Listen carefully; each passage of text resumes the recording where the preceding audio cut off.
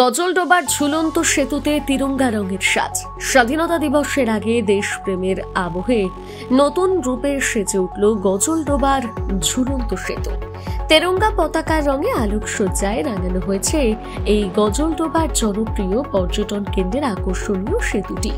সন্ধ্যা নামতে সেতু জুড়ে গেরুয়া, সাদা ও সবুজ আলোর ঝলকানি যেন দেশপ্রেমের আবেগকে আরো উজ্জ্বল করে তুলছে। প্রতিদিন এখানে ভিড় জমাচ্ছেন পর্যটকেরা।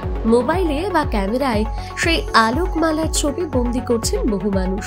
স্থানীয়দের পাশাপাশি দূর দূরান্ত থেকে অনেকে এসে উপভোগ করছেন এই মনোরম দৃশ্য।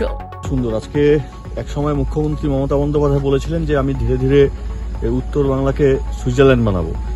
আজকে সত্যি বেশ কয়েকদিন পরে সন্ধ্যাবেলার পরে এখানে আসলাম এবং এত সুন্দর লাগছে দেখতে, মনে হচ্ছে বিদেশের কোনো ব্রিজ।